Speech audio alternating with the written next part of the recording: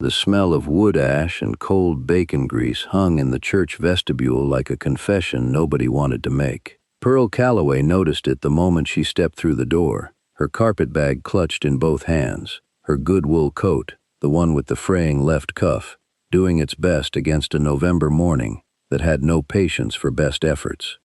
The town of Harlan Crossing, Idaho, sat at the base of a granite ridge that blocked the southern sun from October through March, and Pearl had been told this before she came. She had come anyway. She had answered the advertisement because she had 47 cents, a carpet bag, and a school teacher's certificate the nearest school district was no longer honoring. She had answered it because a woman of 31 with no family left and no roof she could call her own could not afford the luxury of waiting for something better. The advertisement had been plain. Widower rancher seeks a practical woman to keep house and mind a young child, 4 years of age. No sentiment required, fair wages, room and board provided. Inquired Deacon Albright, First Methodist, Harlan Crossing, Idaho Territory. No sentiment required. Pearl had read that line 3 times and thought it the most honest thing she had seen in a newspaper in years. Deacon Albright met her near the hymnals. He was a round man with a serious face and ink-stained fingers, and he looked her over the way a man looks at a horse he suspects might be sound but hasn't checked the hooves on yet. Pearl let him look. She was not pretty in any fashionable sense, strong-featured, brown-eyed, with hair the color of creek mud pulled back so tightly it gave her a look of permanent resolution. She had learned long ago that resolution was worth more than pretty in most situations a woman was likely to find herself in. "Miss Calloway," the deacon said, "he'll be here directly. He's a quiet man. Don't mistake quiet for cold." "I won't," she said. She heard the door before she saw him, a heavy, deliberate step on the pine boards, the sound of a man who carried something beyond his own weight. And then Gideon Marsh walked in from the cold, and Pearl understood immediately what the deacon had meant. He was tall and dark-bearded, somewhere in his middle 30s, with the kind of face that weather and grief had worked on together for years. He held his hat in both hands, which she thought was a good sign. He looked at her steadily, without apology and without performance, and he said, "Miss Calloway, I appreciate you making the trip." "I appreciate the offer of honest work," she said. They regarded each other for a moment. Outside, the wind pressed against the church windows and found no way in. "I should tell you at the start," Gideon said, his voice low and even, "that I spoke to the preacher already, and I told him plain, this is only an arrangement, a practical one. I won't pretend otherwise, and I won't ask you to." Pearl nodded. "That suits me fine." What neither of them said, what the cold vestibule and the smell of old ash kept secret between them, was that each of them was hoping, in the quietest room of their heart, for something the arrangement had not promised. The ride out to the Marsh Ranch took the better part of 2 hours in Gideon's wagon, and Pearl spent those hours learning what kind of man he was by what he did not say. He did not complain about the road, which was terrible. He did not make awkward conversation to fill the silence, which she appreciated. He did point out, without flourish, the line of cottonwoods that marked the creek on his eastern boundary, and the dark shape of the barn against the hillside, and the house, a sturdy, square-built thing of pine log and riverstone foundation, with a kind of quiet ownership that was not pride exactly, but was close to it. A man showing a woman where he lived because she needed to know what she was agreeing to. Then he said, "Her name is Calla, she's 4. She hasn't spoken much since her mother passed." Pearl absorbed this. When did her mother pass? 14 months ago. Fever. Does she eat well? He glanced at her sideways. Well enough. She's small. "I'll see to it that changes," Pearl said. Not a promise exactly, a statement of intent. Gideon didn't answer, but something in the set of his shoulders eased by a fraction, the way a locked door eases when the right key is near but hasn't yet turned. Calla Marsh was standing on the porch when the wagon came up the track, holding the hand of a broad woman named Hester, who had been coming out 3 days a week to cook and watch the child. Hester had her coat on and her bag in hand before the wagon stopped, clearly eager to be relieved of a duty she had performed out of neighborliness rather than vocation. Calla did not run to her father the way children sometimes do. She stood very still and watched Pearl with dark eyes, Gideon's eyes, set in a small face framed by hair that badly needed brushing. Pearl climbed down from the wagon, walked to the porch steps, and crouched so she was at eye level with the child. She did not smile too wide or speak too bright. She had known enough grief to know it didn't trust enthusiasm. "My name is Pearl," she said. "I'm going to be helping your papa around the house. I make a decent pot of stew and a very good corn cake. I hope you'll tell me if you have a preference." Calla stared at her for a long moment. Then she said, very quietly, "Do you know how to braid hair?" Pearl's chest did something complicated. "I do," she said. "Hester doesn't," Calla said. Then she turned and went inside, as if the matter were settled. Hester made a sound that was nearly a laugh and handed Pearl the house key. Gideon, standing behind her, said nothing, but Pearl heard him exhale. The first week was a lesson in the architecture of a grief-kept house. Pearl moved through the rooms carefully, the way you move through a place where someone used to be. She did not touch what didn't need touching. The bedroom that had been a woman's, neat still, with a quilt folded at the foot of the bed in a pattern Pearl recognized as wedding ring, she walked past without looking too long. It was not her story to read yet, maybe not ever. She took the small room at the back, which was cold and had a window that didn't quite close, and she stuffed a rag into the gap and called it adequate. She found the kitchen in need of organization but not disaster. The stove was a good one, a Monarch range with a wide firebox, and it responded to her by the second morning as though it had been waiting for someone who knew what they were doing. She stocked the larder by taking careful inventory of what was there and writing out what was needed in the small notebook she kept in her apron pocket, the same notebook in which she had once graded spelling examinations. Economy of purpose, that was her principle. She made stew on the third day, a proper one, with salt pork and dried beans and the last of the autumn carrots from the root cellar, and set it on the table at 6 o'clock when Gideon came in from the barn. He washed his hands at the basin without being reminded, which she noted approvingly. He sat, he looked at the bowl, he looked at Calla, who had already pulled herself up to the table and was reaching for her spoon. "The child eats first," Pearl said, which she had already seen to, but she said it anyway, for the principle of the thing. Gideon said, "I can see that." Then, quietly, "It smells like a real kitchen again." He did not say anything more. He ate. Calla ate. Pearl sat across from them and ate her own bowl, and felt, for the first time in longer than she could honestly recall, that she was somewhere she was supposed to be. The braiding became a morning ritual that neither of them formalized. Pearl would finish the breakfast things and Calla would appear at her elbow with the brush, and Pearl would sit the child in the chair by the stove and work through the tangles without rush, and Calla would sit still in a way she sat still for nothing else. She began to talk during these sessions, small things at first, the name of her father's horse, the color of the sky the day before, a dream about a rabbit, then larger things with the unguarded gravity that very young children sometimes surprise you with. "My mama had yellow hair," Calla said one morning, 8 days into Pearl's time at the ranch. "Yours is a different kind." "It is," Pearl said. "Everybody's hair is different. Papa's is black. Mine is between. That's called brown. It's a very good color." Calla considered this. "Papa doesn't braid his hair." "No, I imagine not. He could learn." She paused. "Pearl? What comes after an arrangement?" Pearl's hands stilled in the child's hair for just a moment. She thought of Gideon standing in the church vestibule with his hat in his hands, saying the word arrangement with such deliberate care, as though it were a fence post he was driving into hard ground. She thought of the rag in her window and the notebook in her apron and the wedding ring quilt on the bed she did not enter. "Well," Pearl said carefully, "I suppose that depends on the people in it."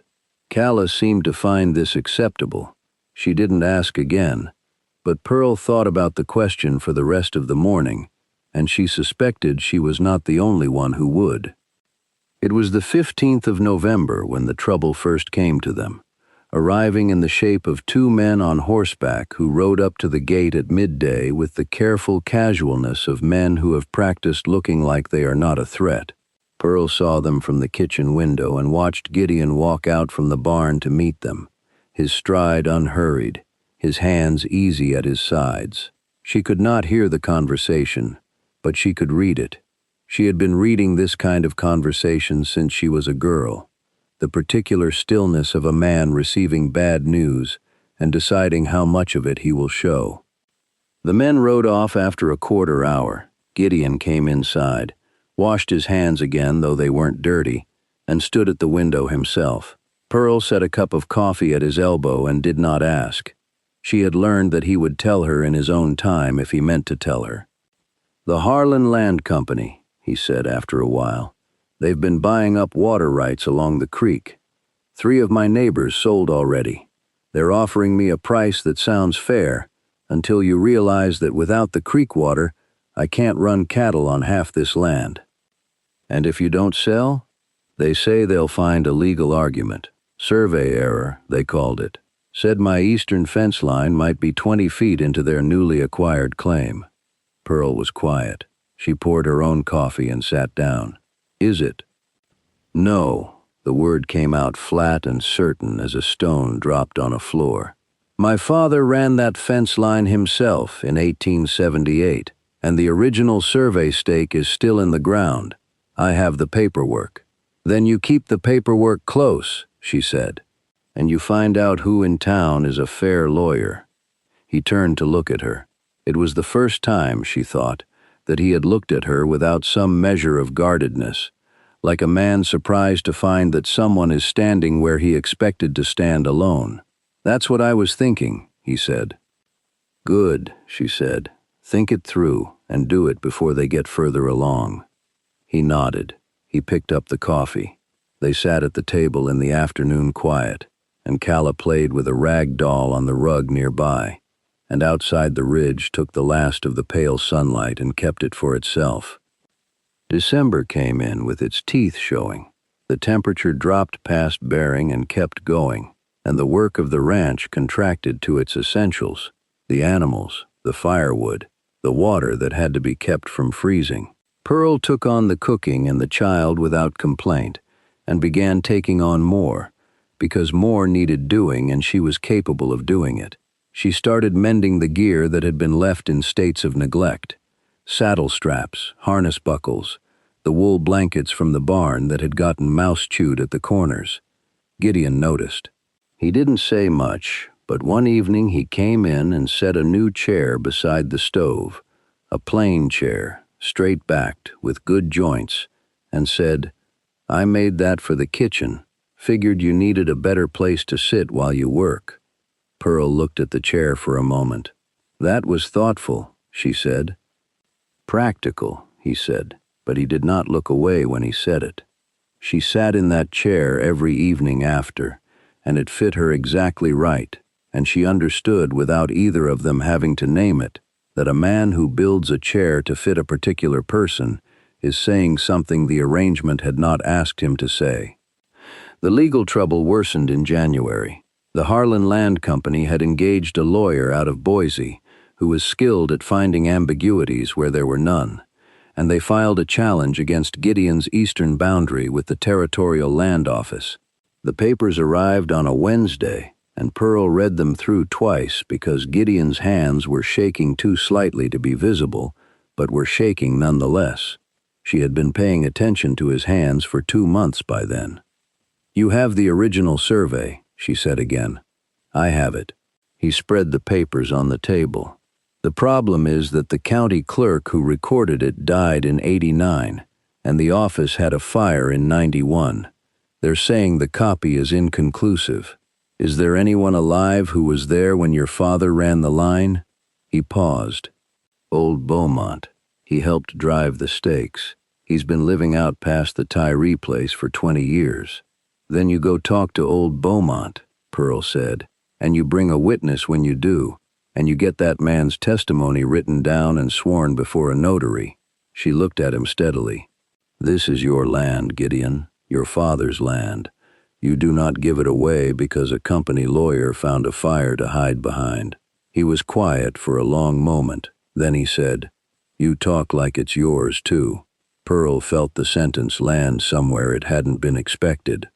"I talk like it matters," she said carefully, "because you're the one I'm working for, and I don't do work halfway." He looked at her across the table with those dark, weathered eyes, and she could see him weighing the answer and finding it honest, but knowing, as she did, that it was not quite the whole truth. The whole truth was harder to say, and neither of them was ready for it yet. But the work she had described, he did. He rode to old Beaumont on a Thursday, took Deacon Albright as witness, and came back with a sworn and notarized affidavit that put the stake exactly where Gideon's paperwork said it was. He also came back with a letter from a territorial land attorney in Twin Falls, who had dealt with Harlan Land Company claims before, and won twice. He set the papers on the kitchen table and said, "It may still be a fight." "Then we'll fight it," Pearl said. He sat down across from her. Calla was asleep in the back room. The stove ticked and settled. The wind pressed at the window Pearl had long since properly sealed. She'd replaced the rag with a fitted piece of oilcloth and some tallow, and the room held warmth now the way it should. "Pearl," Gideon said. He said her name with the care of a man who has been practicing saying it for longer than he's admitted to himself. "Yes.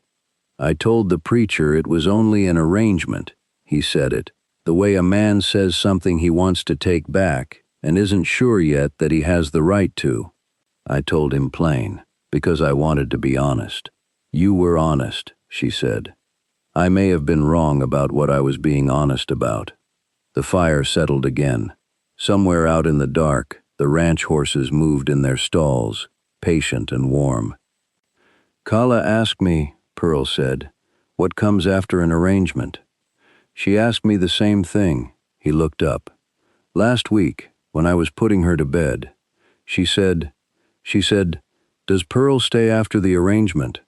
And I told her I didn't know, and that was the honest answer at the time." Pearl folded her hands on the table, the same way she had once folded them over examination papers, over empty account books, over the deed to her father's farm when the bank took it. Steady hands. She had always had steady hands. "What would you tell her now?" she asked. Gideon Marsh was not a man who reached for easy words. He had built his silences over years of hard country and hard loss, and he did not demolish them quickly. But he reached across the table, and he covered her folded hands with one of his, and he said, "I'd tell her yes." The arrangement had never said anything about yes. But there it was. They married in the First Methodist Church of Harlan Crossing on the 14th of February, a date that Deacon Albright chose with more pleasure than he admitted to, remarking only that the calendar had offered it, and it seemed appropriate. The ceremony was brief. Pearl wore her good wool dress with a piece of dried blue larkspur tucked at the collar, because the larkspur was the first thing she had picked from the kitchen garden the previous autumn, when she was making the place her own, without knowing she was doing it. Gideon wore his best coat, which Pearl had mended at both cuffs the week prior, and he stood at the front of the church with his hat in his hands again, the same gesture she had read correctly the first time she saw him. Calla stood between them. She had asked to stand between them instead of to the side, and no one saw any reason to refuse her. She was wearing new boots that Pearl had ordered from the Sears catalog in December, and she had told every person she encountered in the past week that she was getting new boots and that Pearl had picked them out. She held Pearl's hand on one side and her father's on the other, and when the preacher asked if anyone knew cause why these two should not be joined, Calla said, very clearly, "I don't. I think they should." The congregation laughed the gentle laugh of people who recognize something true when a child says it. After the ceremony, the deacon hosted a small supper at the church hall. There was a ham and 3 kinds of pie, and a fiddle player from the Tyree place who had a good ear and a forgiving tempo. Pearl danced twice, once with Deacon Albright, who was a surprisingly adequate partner, and once with Gideon, who was not a natural dancer but held her carefully and moved with the steady deliberateness that characterized everything he did. He did not say much while they danced. He didn't need to. On the ride home, Calla fell asleep between them on the wagon seat, her new boots sticking out from under the blanket Pearl had wrapped her in. The night was cold but windless, which in that country in February was a gift. The stars over the granite ridge were extraordinary.